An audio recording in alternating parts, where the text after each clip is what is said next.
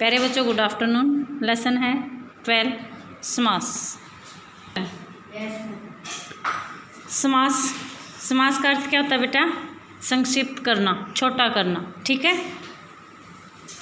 देखो हम पढ़ते हैं। हम सभी ने गृह में प्रवेश किया। हम सभी ने गृह प्रवेश किया। तो गृह में प्रवेश करना क्या होता है? बड़ा शब्द हो गया, वैसे सही है ये भी, लेकिन इसको हमें क्या करना है? छोटा शब्द बनाना है, एक संक्षिप्त रूप इसका देना है, जो हमें क्या है, पढ़ने में भी आसानी हो, लिखने में भी आसानी हो, भाषा सरल, रोचक, आकर्षित बनती है इससे। ठीक है, आगे देखो। यह विद्यालय के लिए आलय है। यह विद्या के लिए आलय है। तो विद्या के लिए आलय क्या होता है? विद्यालय। तो हम इसको ऐसे लिख सकते हैं, यह विद्यालय है। तो ये क्या हो गया? समास हो गया। ठीक है, समास क्या हो गया? विद्यालय। समास विग्रह क्या हो गया इसका? विद्या के लिए आलय। ठीक है, आगे देखो। मेरा घर 4 राहों के पास है। 4 राहों के पास समास विग्रह है। मेरा घर चौराहे के पास है, समासिक पद है, यानी कि समास है ये। बिरबल राजा के महल में गया, या फिर बिरबल राजमहल में गया। राजा के महल में जाना क्या होगा यहाँ पे? समास विग्रह। और राजमहल समासिक पद हो गए, यानी कि समास है ये। देखो आगे पढ़ते हैं हम। बच्चों, आपने ध्यान दिया कि ऊपर दिए गए वाक्यों में एक ही वाक्य को 2 तरह से लिखा गया है। पहले वाक्य के रेखांकित शब्दों को दूसरे वाक्य में संक्षिप्त करके लिखा गया है, लेकिन उसके अर्थ में कोई परिवर्तन है वो नहीं आया है। शब्दों के संक्षिप्त करने की विधि को ही क्या कहते हैं? हम समास कहते हैं। क्वेश्चन यहाँ बन रहा है, समास किसे कहते हैं? आंसर क्या आ जाएगा? शब्दों के संक्षिप्त करने की विधि को समास कहते हैं। ठीक है, आगे देखो।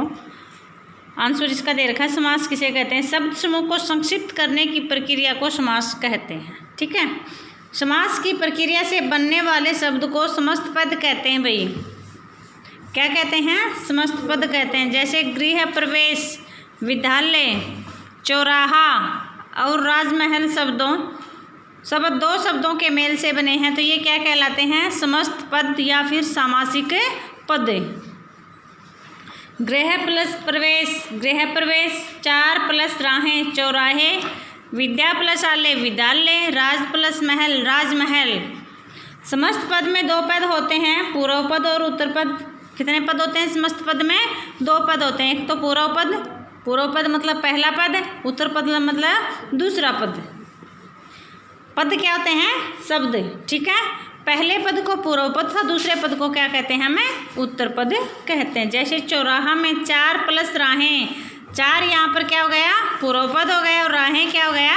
उत्तर पद हो गया। ठीक है, आगे देखो।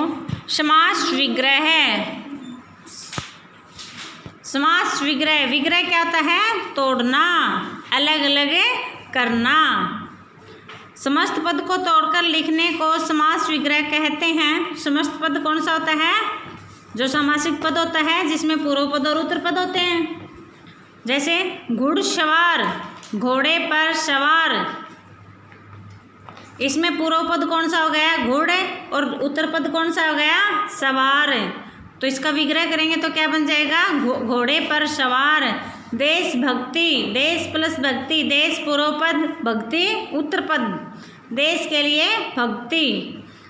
गुरु दक्षिणा, गुरु के लिए दक्षिणा, गुरु प्लस दक्षिणा, गुरु पूर्व पद, दक्षिणा उत्तर पद। बाढ़ पीड़ित, बाढ़ प्लस पीड़ित, बाढ़ पूर्व पद, पीड़ित उत्तर पद। तो बाढ़ से पीड़ित। समस्त पद को अलग करके लिखा जाना ही क्या कहलाता है? समास विग्रह कहलाता है। आगे देखो। समास के भेद। समास के मुख्य 6 भेद होते हैं। भाई कितने भेद होते हैं समास के? 6 भेद होते हैं। तत्पुरुष समास, कर्मधारय समास, द्विगु समास, द्वंद्व समास, बहुव्रीहि समास, अव्ययीभाव समास। कितने भेद होते हैं समास के? 6। तत्पुरुष, कर्मधारय, द्विगु, द्वंद्व, बहुव्रीहि और अव्ययीभाव। अब देखो तत्पुरुष समास। तत्पुरुष जिस समास में दूसरा पद या फिर उत्तर पद प्रधान होता है। प्रधान क्या होता है? मुख्य। यानी कि जिस दो शब्द होते हैं समास में, एक पूर्व पद होता है, एक उत्तर पद होता है। ठीक है, तो इनमें देखो तत्पुरुष समास में क्या होता है? पूर्व पद होता है वो प्रधान नहीं होता है। कौन सा प्रधान होता है? उत्तर पद। यानी कि जो दूसरा पद होता है वो क्या होता है? प्रधान होता है। और समस्त पद को बनाते समय दोनों पदों के बीच में कारक चिन्ह, कारक चिन्ह क्या होते हैं? कर्ता ने कर्म को करण से, ये वाले कारक कितने होते हैं? 8 है। और उनके विभक्ति चिन्ह भी अलग अलग होते हैं। तो वो कारक चिन्ह का लोप होता है, उसे क्या कहते हैं? तत्पुरुष समास कहते हैं। क्या बताया है? जिस समास में उत्तर पद प्रधान होता है, प्रधान का मतलब मुख्य होता है, और कारक चिन्हों के बीच में, कारक चिन्हों का क्या होता है? लोप होता है। लोप मतलब है उसके अंदर दिखाई नहीं देते हैं, विलुप्त हो जाते हैं जब समस्त पद होता है उसमें। ठीक है, तो उसे क्या कहते हैं? तत्पुरुष समास कहते हैं। तो ये कारक चिन्ह हमें कब पता चलता है? जब हम इसका समास विग्रह करेंगे तब। ठीक है, अब देखो एग्जाम्पल दे रखे हैं। परलोक गमन है, परलोक प्लस गमन, परलोक क्या हो गया? पूर्व पद हो गया। उत्तर पद है गमन है। गमन क्या होता है? जाना।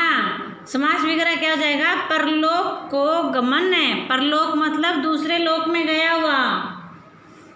समास विग्रह परलोक को गमन। आगे देखो विद्याहीन, विद्या पूर्व पद, हीन उत्तर पद। विद्या से हीन यानी कि विद्या उसको नहीं आती हो। देशभक्ति, देश प्लस भक्ति, देश के लिए भक्ति। जन्मांध, जन्म प्लस अंधा, जन्म से अंधा। राष्ट्रपति भवन, राष्ट्रपति प्लस भवन, राष्ट्रपति का भवन। गुण युक्त, गुण प्लस युक्त, गुण से युक्त।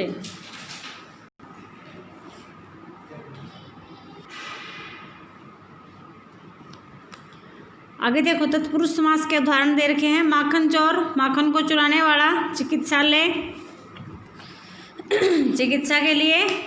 आलय, गृह प्रवेश, गृह में प्रवेश। हस्तलिखित, हाथ से लिखित। भयभीत, भय से भीत, भीत क्या होता है? डरावा।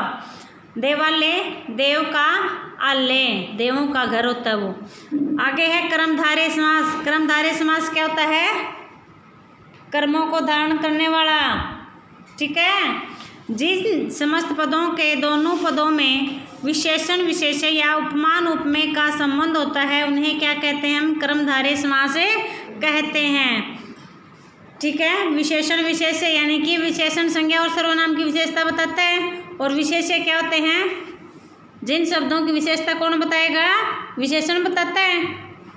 तो यानी कि संज्ञा और सर्वनाम यहाँ पर क्या होते हैं? विशेष्य होते हैं। ठीक है, उपमान उपमेय, उपमान जिसकी तुलना की जाए वो, और उपमेय क्या होता है? जिसके समान तुलना की जा रही है वो क्या हो जाएगा? उपमेय हो जाएगा, सॉरी उपमान हो जाएगा। और उपमेय जिसकी तुलना की जा रही है तो उसमें काम वो क्या होता है? कर्मधारय समास होता है।